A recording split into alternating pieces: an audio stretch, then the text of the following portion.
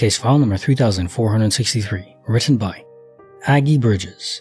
Speak of the Balm. A couple months ago, I lost my favorite lipstick. It was a bit sad for me, because I'd bought it on my 10th year anniversary, on a trip with my husband, and I rarely wear makeup. And since I couldn't remember the exact details of it, I doubt I could find the exact shade so easily again.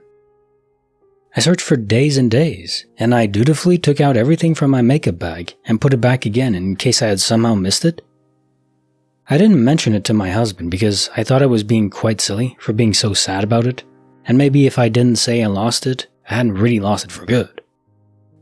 But when he was brushing his teeth one day, I mentioned it to him, and he said, "Have you tried looking for it in your makeup bag?" And I scoffed because of course I have, you jerk. But all of a sudden, there it was, on the top. I was absolutely confused, but of course happy to find it. A few weeks later, I went to a cute little Christmas market with my friends, and I pulled my lipstick out of my bag, applied it, and put it in my coat pocket. And when I go look for it the next day, it's not there. So again, I empty my makeup bag, I empty my bag, and I empty the pockets of the coat, and put everything back in. And I do that again and again every couple of days, every time I get the urge to search for it. Especially knowing that it appeared so suddenly before, but I'm really getting nowhere. I assumed it fell out of my pocket at the Christmas market, and that's that, right? Until one day, as I'm leaving the house with my husband, it hits me. I found it because I told him, didn't I? So in a sudden flash of inspiration, I tell my husband, "Hey, I'm super sad because I lost my lipstick again. I searched everywhere, even my..." And I opened my bag, and it was right there, at the very top, just like the last time. I had a big belly laugh as my husband rolled his eyes at me, because obviously to him, it's just plain absent-mindedness. Like, how do I even begin to explain that it's a tiny bum bag and it's black, and the outside of the lipstick is off-white, and that I don't put anything there except a card case and my keys and my lipstick when I have it, that it has 0 pockets or weird zippers, and there is really no way I could have misplaced it, and I looked through it a million times anyway. Anyway, I thought it was hilarious, especially since it isn't like some vintage beauty I got at the thrift store. It's like the most normal, generic Sephora brand lipstick. But this little thing happened twice, and I just think it's something so whimsical and unexpected. So a multi-time DOPN reappearance with a specific trigger has to be an entity, a spirit or poltergeist or something that is messing with you, and obviously cued to a certain phrase, not in like a programming language. You may find yourself losing your lipstick again one day and saying what you need to say, but it doesn't return. Probably just because this prankster spirit is my guess, or developer in the simulation room, just is messing with you. So there's not really a specific phrase like a magical spell to say. Just someone messing with you, which as always I can respect. Welcome, I'm Paul, this is Dave. Today I have 15 Glitch in the Matrix and paranormal stories for you. My favorite 2. First one involves, well, a total reset. Next one involves airports. Let's go. Case file number 3464, written by I Have So Questions, Not a Minute Missed. I had been raised in the Upper Peninsula of Michigan, but I moved to Wisconsin a few years prior. I was making the familiar drive from Wisconsin to Michigan to visit my dad. It was late at night. It's a 6-hour drive and I wanted to do it while my 2-year-old would be sleeping, and the road ahead was nothing but woods and no stores, very dark. I had a stop sign where you can go left or right. Either way, you go to different parts of Michigan, and there is no way to wrap back around. I went right like I always do. Within a couple miles, I knew something was wrong. The road was straight when it should have been curvy, but I brushed it off and kept going. I started getting a very unsettling feeling, where these roads usually made me feel happy and nostalgic. Nothing felt familiar. There was a weird building far away that I had never seen before. It was huge, and while it looked normal, it was a type of large science laboratory or a research facility, hospital type of building that just doesn't exist in the Upper Peninsula. I told myself maybe it was built in the few years I'd been gone and that, hey, everything looks different at night. But then a few minutes later, I saw what was like a completely normal-looking airplane in the sky, but it had flashing lights and was suspended in the sky. I know that things can look like they aren't moving when you are, but the plane was purple with flashing lights and had weird clouds and mist around it. The hair on my arms went straight up. I was covered in goosebumps. I turned on the radio, and none of the stations worked. Even the time on the dashboard was black. I had not seen another single car this entire time. I tried my phone, but it wouldn't work, which also meant no GPS to confirm where I was. I completely panicked. I started crying. I have no idea how far I'd driven, so the mileage wasn't helpful, but it felt like I'd driven about 20 to 30 miles and had not seen a single familiar landmark, just a straight road the entire time. I wanted to turn around, but also had just kept driving, hoping I would see something normal. Just as I decided to turn around and go back, I was back at the stop sign in the small town. My brain couldn't comprehend what was going on. I looked at my phone and it was suddenly working. The radio was on. The clock was on. Not a minute had passed, but that couldn't have been true. I looked at my son sleeping safely in the back, and I felt a relief and safety I had never, or have ever to this day, experienced. I turned right and recognized everything as correct and made it the rest of the way with no issues. As soon as I saw my dad's house, I started sobbing. I woke him up after laying my son down, and I just held him shaking and crying. He had never seen me like that ever. We are not a big display of an emotions type of family. My son is 18 now, and I still remember it like it just happened. So your son was sleeping. There's no way to corroborate the story with him, unfortunately. So all you're left with is guessing, did this really happen? Probably not an alternate reality, probably just an alternate universe, which in effect comes to the same thing. The only real difference is that it's actually happening right now concurrent to our universe, just in a different one. But I guess it doesn't really change anything, besides maybe being able to go back, but we don't know how to do that yet. So yeah, did this really happen? I mean, it certainly could have. There's plenty of experiences where people transition to a different universe, just seeing it or even physically being there and then zipping back. So I can't tell you if it really happened, but I can tell you it could have. The weird thing though that I can't explain is the full reset. Resetting back in time, that adds another layer that is harder to explain, but to fully hallucinate this kind of vivid memory, almost you could say, that doesn't seem right either. So maybe a looping space-time portal that just funneled yourself back in. Like remember, space and time are linked. So if you're moving through one, you have to move through the other. There may be a mechanism to move back before you even started. It's like the paradox where if you go faster than light, you can come back on yourself before the ship even leaves and you see yourself departing. But you already arrived, so how could you arrive to see yourself depart if you haven't left yet? It's a paradox because of how time is woven with the space itself that we occupy. Anyways, just to say that with these portals, time shenanigans could definitely be involved like this. Case file number 3465, written by Livid Instruction 79, in the void of Mcdonalds.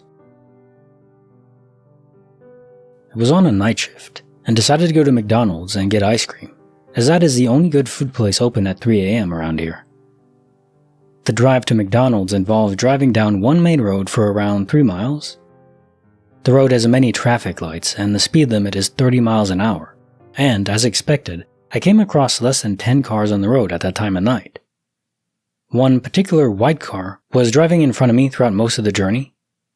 At times I would have to stop at red lights while the car would drive on, but then I would catch up with it again. I was driving behind this car for around 10 minutes. Then the car moved into the next lane, slowed down, and started flashing its rear red lights, which I thought was the driver telling me to overtake. I overtook it. The driver was a young Indian lady. Once I drove past it, I looked in my rear view mirror, and the car wasn't there. There was nothing behind me. I was in shock. It just disappeared. I had been driving behind this car on the same road for about 10 minutes. I overtake it, look in the rearview mirror, and it's not there. What the hell? Case file number 3466, written by Sasha Berry. The airport giveth, the drawer taketh back. About 6 years ago, someone gave me a Harry Potter wand keychain. It was metal, shaped like a wand, and it became very special to me. I always kept it with me. It was attached to my keys and an electronic office access card, so I used it daily. Later, I left that job, but I still had the keys and card with me. The whole bundle, wand, keychain, keys, and card, stayed together.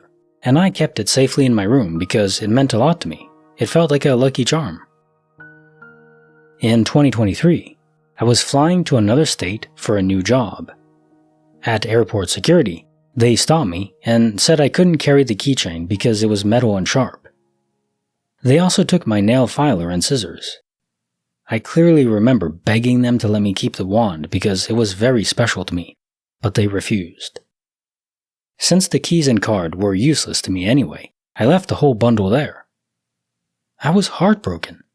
I even called my mom while checking in and cried about losing the wand. I remember being upset the entire flight. I'm very sure it had been taken away. Fast forward to last year.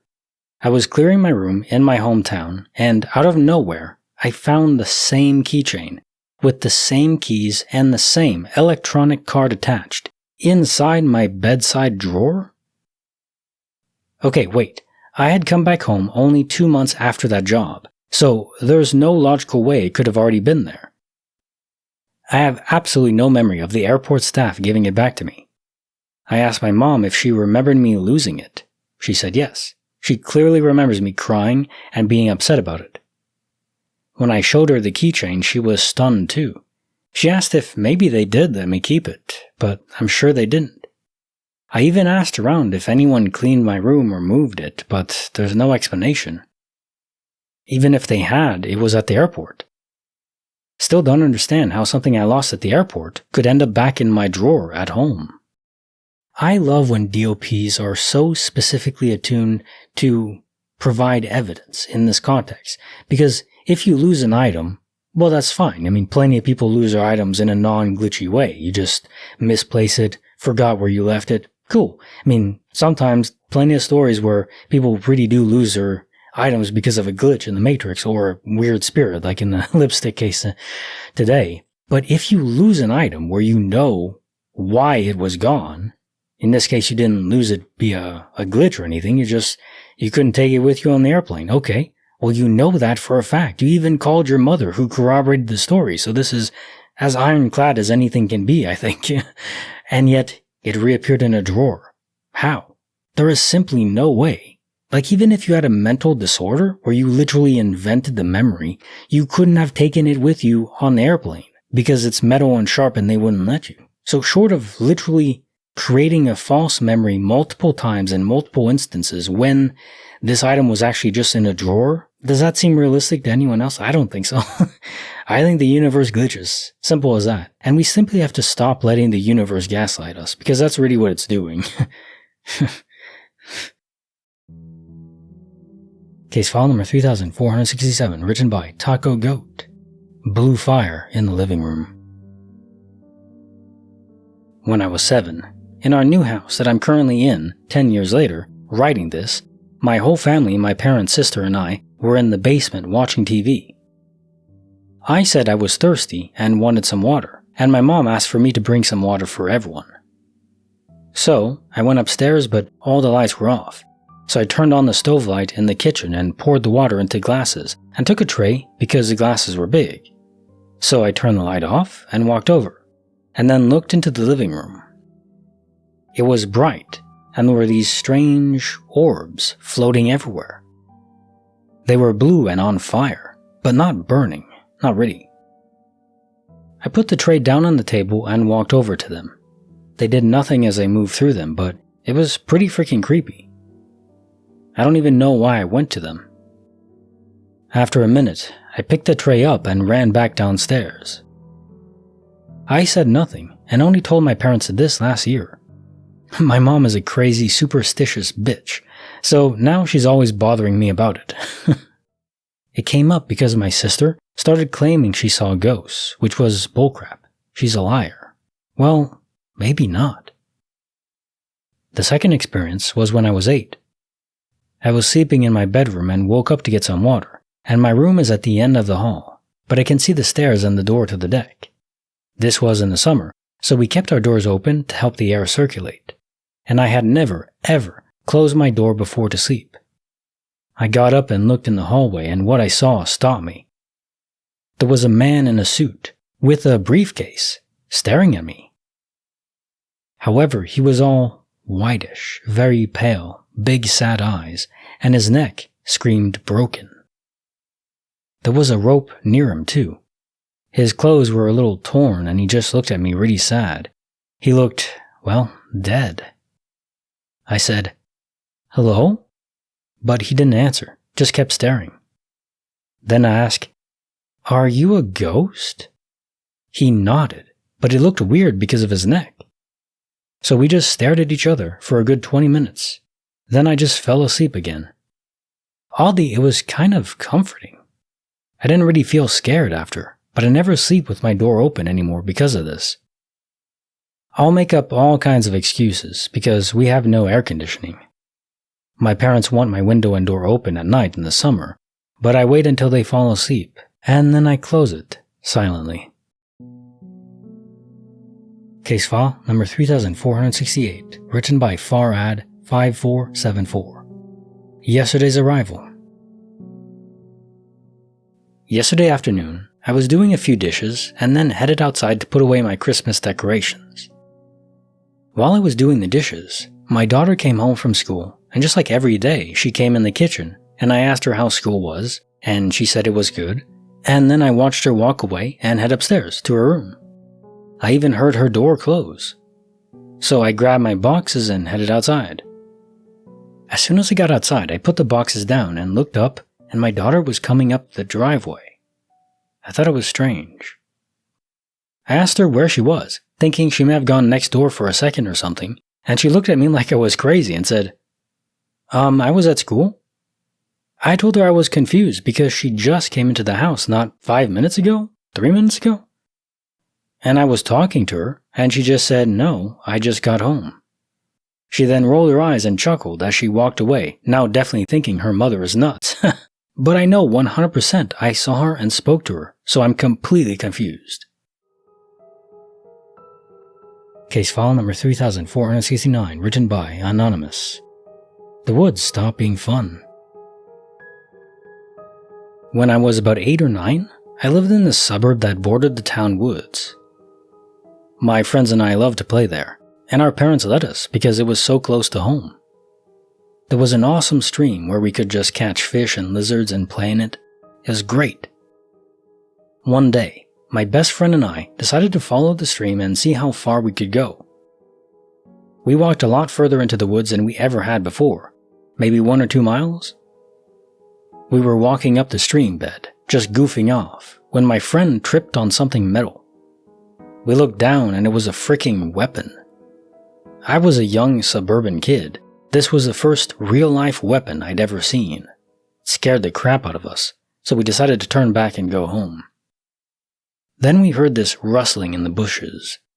We freaked out and booked it out of there. A little bit later, we emerged from the woods, instantly feeling better, being back on our safely paved streets. As we were walking up the street, back to my house, we turned around to look at the woods, and a hobo-looking dude stepped out. We screamed and ran. Turned around and the man was running too, following us. We ran faster. The man ran faster. We finally made it to my street, hauled butt to my house, ran inside and locked the doors. We hid in my room and peered from the window. My parents weren't home at the time. This creepy dude followed us all the way to the top of my driveway. He just stood there staring at my house. He stood there for about 5 minutes without moving a muscle, before slowly turning and walking away. Needless to say, I never went back in those woods. Case file number 3470, written by J. Pold. Donkey Kong with the bad smell. So I'm about 12 years old, and my parents are now comfortable leaving me home alone for short periods of time while they are out running errands, ready nothing more than a few hours.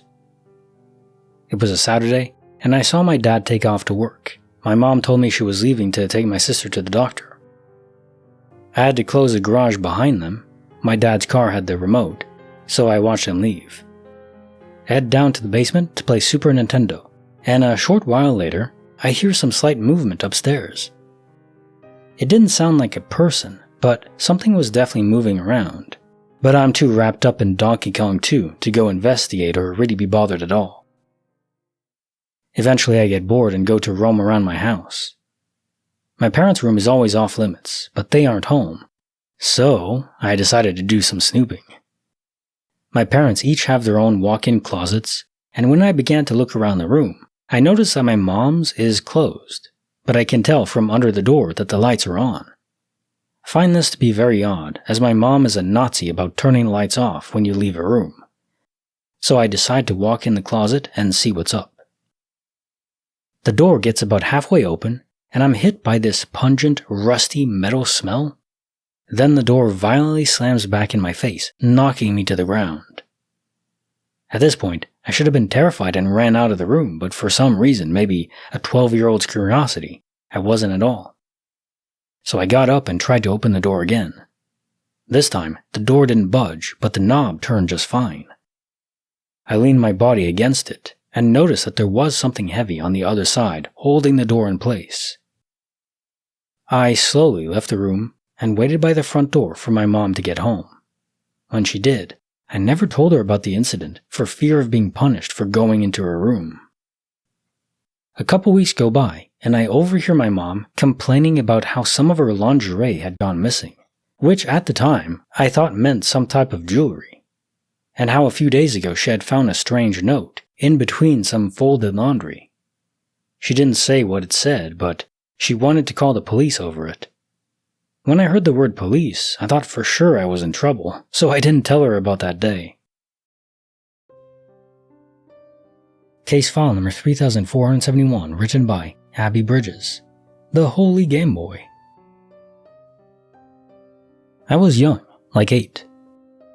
I had spent hours playing Pokemon in my Game Boy Color with a little add-on light, and when I looked up, there was a figure made of light hovering a couple feet from the floor and walking in place as if on a treadmill. It was fuzzy, but all white and glowing, and it was wearing kind of robes, so it looked kind of like Jesus. I'm not religious, but I was brought up Catholic, and because I was a bookish child, I assumed it was some sort of hologram, and I got up and started closing all the windows and unplugging electronics. I turned on the light, and it was gone, and I turned it back off and it was still there. This was in a hotel room close to Disney in Orlando, where my family was on vacation, and I didn't think to wake anybody up because my parents would have gotten really mad at me for waking them up after a long trip.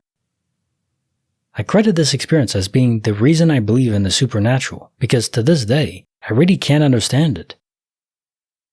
I've never had any mental health issues or taken any regular medication, and I was 8, so definitely no substances or anything.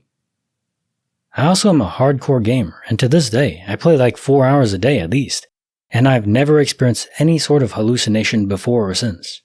And I've been a heavy PC user since the 2000s. Case file number 3472, written by Anonymous. 12 Nights of Not Sleeping. When I was about 10, I lived in an apartment that was only 4 years old. One night, I was awakened by what sounded like a spoon hitting the side of a mug. I got out of bed and walked into the kitchen to find a transparent man stirring a cup of coffee. I remember asking the man what he was doing. He said he was making some coffee. I offered to join him at the table so we could talk. He declined and said he had something to show me. So I followed him into my sister's bedroom, but the room wasn't itself. There were 3 beds instead of just one, and there was a girl sleeping in each one. I thought this was weird, but I didn't say anything about it. I looked up at the man and asked what it was he wanted to show me. He proceeded to show me how he ended his daughters in their sleep, one by one, going into vivid detail and describing every agonizing moment. The last one through burning. This repeated itself over a time of 12 or so days. My mother noticed I was lacking sleep, and she asked what was wrong, but I couldn't say anything, so I said nothing. I'm fine, just having some trouble sleeping. On the last night this happened, I walked up to the man in the kitchen and confronted him. I said, "You are not to show me those images ever again. You will leave my house and never speak to me again." His eyes seemed to burst into flames as though he was angry, but he up and vanished. I walked into my sister's room to find everything back to normal, and he never showed up again. I could finally sleep. I only told my mother about this ghostly figure 3 to 4 days later, and we were moved out of the house the following week. Was this a sleep paralysis episode? Honestly, I was absolutely wide awake. Most refuse to believe in the existence of supernatural beings, but I'm fairly certain that's only because people are afraid of what their existence might mean. Case file number 3473, written by Live to Laugh. I watched myself sleep. My good friend's family had just bought a new home in a nice old neighborhood in my city. The lady who was the previous owner owned it for the last 50 years and decided to finally sell it. However, 3 days later, after she sold the home, she passed away. That following weekend, my buddy's parents headed out of town, so we decided to have a sleepover and play some vids. Around bedtime, my buddy told me I could crash in the basement, to which I had no problem with. I was so tired at this point that I kinda scooped my way around in the dark and eventually crawled in the bed and passed out right away. Sometime around 3 or 4 a.m., I felt a rude awakening that scared the crap out of me. However, when I came to consciousness, I was not sitting up. I was viewing myself sleeping, like I was floating from about the basement roof level in a sort of bird's eye view. I cannot even begin to explain the panic or terror that I felt at this time. I felt like I was fully conscious and completely aware of my surroundings, entirely lucid. I could stare around the room, but my vision kept seeming like it was struggling to stare back at my physical body sleeping. During my panic, I remember seeing the TV remote and a blue towel right by my feet on the bed. After giving every mental effort to wake up, it seemed almost futile. For the life of me, I could not wake myself up. I felt as if I had some sort of extreme pressure holding me in place against the roof. After about a minute straight of this, I began to severely panic and start crying. Then out of freaking nowhere, bam, I woke up. I hurriedly ran to where the light switch was to turn it on. Once I turned on the light, I saw the same damn remote and the same damn towel in the exact same freaking position on the bed. Knowing that I crawled into bed in the pitch black and did not once view the bed or the contents on the day before, this whole experience truly mystified me. I have no idea if it had anything to do with the previous owner who passed away. It doesn't seem relevant, to tell you the truth.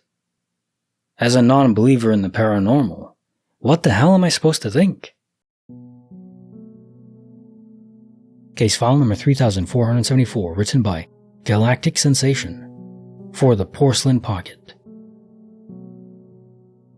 During Christmas time, my family and I were shopping in an old store downtown. I've been familiar with the same store since I was a kid, so I know the layout and where everything is. In the back corner of the store is where the toys are. There are 3 aisles. I had seen beautiful porcelain dolls on all the shelves a few nights before, but that night I couldn't find them. I had money now and just wanted to get a few for my family members. I walked around that whole area several times, but they weren't anywhere. I was already getting strange looks from other customers. Then I had a weird idea to walk around one last time. That's when I saw them. The porcelain dolls were all in their boxes. I kept thinking how odd it was that I missed them since they took up the whole shelf on the aisle. Everything got quiet, and the customers walking by didn't enter the aisle I was in. Even my family walked by, and nobody regarded my presence there. I didn't think anything of it till later, so I picked out 3 dolls and went to the checkout. Later, different family members were asking me where I found the dolls since they too were looking for them. I told them, and they said they looked through the whole area many times and there weren't any. Case file number 3475, written by Leave So Fight. Overnight Upholstery. I'm currently living in a small, pre-furnished studio apartment which includes this wooden chair with orange seat cushions that are tied on with large nylon ribbons. The type of ribbon that you see for expensive gift wrapping but stronger. I imagine it came this way from the factory. Been using this chair to work from home, but unfortunately, my body keeps moving the bottom cushion and pulls at the ribbon. About 2 weeks ago, the left string ripped out of the cushion, and maybe 3 to 5 days ago, the right one finally gave out too. I witnessed both of the ribbons slowly separate from the cushion and eventually fully rip. This morning, I woke up to find the right ribbon had been completely reattached to the cushion and chair. Like it's woven back into the fabric of the cushion. I don't see any stitches. I am 99.999999999% sure I saw this ribbon rip and even move the cushion to a separate, different model, chair in my apartment yesterday. Last night I put it back to be tidy and woke up with it reattached. The left one is still ripped out, but the right is firmly reattached and maybe even in better shape than when I first moved in. I can't think of any explanation other than someone entering my apartment, the door is deadbolted when I leave, and they repaired it and left? Or I've completely hallucinated this in the past few days, or something truly inexplicable. These glitches where an object or item resets itself, repairs itself, kind of resetting in time, they fascinate me because they point to an aspect of DOP which isn't as well talked about, in that the objects around us, the material we view as solid in and fixed in space and time, they aren't. Now we know it's not fixed in space, but remember, space and time are linked. I think even if you're a developer in the simulation, you still have to obey the fundamental architecture of the simulation. It's almost like in the Matrix where you can, sort of bend the rules, but you can't fully break them. Well, besides Neo, but even the architects of the simulation, the machines, they can't do that. They can't program agents to completely break the system. Only people with human minds connected to it can, and only like 1 in a billion or something. So, looping back in, time and space are linked, and these objects are also woven into that mix. They can disappear in space, but in time too. And in this case, it just means being reset in time. Now, is this a glitch, or is someone resetting it for you? It's kind of a pointless thing to do. It's just some silly chair in an apartment. And it didn't even fully reset it to a point where both ribbons are repaired. You said only one was. So that's a weird thing, and it strikes me as just an anomaly. The universe doesn't render everything if we're not observing it. The waveform isn't collapsed if something isn't interacting with it. When that data of the chair, the item, is removed from working memory and then reloaded in when you observe it again, sometimes, very rarely, it can reload incorrectly and probably just pulled from a past memory save that was saved maybe a day ago, like right before you broke it on the right side, so that ribbon was repaired but not the other one. Seems to be the most logical thing to me. It's just data and save states and incorrect memory loading. Kind of funny to try to break it down into computer terms, but it fits so well, the nerd in me just can't help it. Case file number 3476, written by Wamim's author, The Wawa Warp. Friday night. My husband and I met his mother around half an hour from our house at a restaurant for dinner. We all live together, which is an important detail. Once dinner was over, she got into line to pay. There were a few people ahead of her, and we told her we were stopping at Wawa to pick up coffee. She said she'd meet us there. We left the restaurant and went out to our truck. She still hadn't left, still waiting to pay. We left almost immediately, maybe a minute or so, and stopped at the stop sign. We got out on the road and started going back towards home, only one main road. About a mile or so later, we noticed a car a few hundred feet in front of us. Her car is an SUV, and my husband said that it looks like my mom's car. I asked if he could see the license plate, and when we got close enough near Wawa, I saw it was her car. We have no idea how in the world she got ahead of us. We later asked her if she left the parking lot a different way. She went out the same way we did. But as I said, she was waiting behind us, still waiting to pay, while we were already in the car, pulling out. There's only one road between the restaurant and our house. We caught up with her at Wawa, and none of us can figure out what happened. We left Wawa first, and my husband said if we got home, she's already there and going somewhere else. Fortunately, that didn't happen, but what did happen defies all sense. Case file number 3477, written by Unnotedness. A legend looked at us. A few years ago, I was traveling through Michigan and went to a small park area near Waters Meet, an infamous location boasting the appearance of Paulding light. The place is said to either be haunted or visited by aliens, and the eeriness is most apparent after dark, when a ghost light appears in the distance. You have to drive down a dirt road to a metal road barrier, and from there, you watch the horizon where a small hill leads into the woods. There aren't really any major roads behind the area where the light appears, and there aren't any running trains. The story, according to those who think it might be haunted, is that a long time ago, a man was walking along the train tracks near the haunted site and was hit by a train. The ghost light is said to be the lantern he was carrying when he was hit. Well, when I was there, it was just me and one other person after dark. Being the derps we were, we decided to get out of the safety of the car and walk closer to the barricade. It was cold, with a slight breeze that made the surrounding trees squeak together. After a few minutes of waiting, the ghost light came over the horizon. It was a tiny white spot that grew in size, split into two different lights, and moved from left to right. It disappeared and reappeared 2 or 3 times. After the last time it disappeared, the breeze picked up a bit, and then I heard what sounded like a child's voice saying, "Mom." Right after that, I looked at my friend, who looked straight at me, and we both could see in each other's eyes that we both heard it. We got back in the car pretty quick and drove off. Freaky place. Now time for the jokes of the day. When I get a dog, I'm going to name him 5 miles, so I can say I walk 5 miles every day. Cheating the system. My 8-year-old had a nightmare that he was being eaten by our vacuum cleaner. I said, "That's a terrible way to die, son." My friend Tony asked me to not say his name backwards. I said, "Why not?"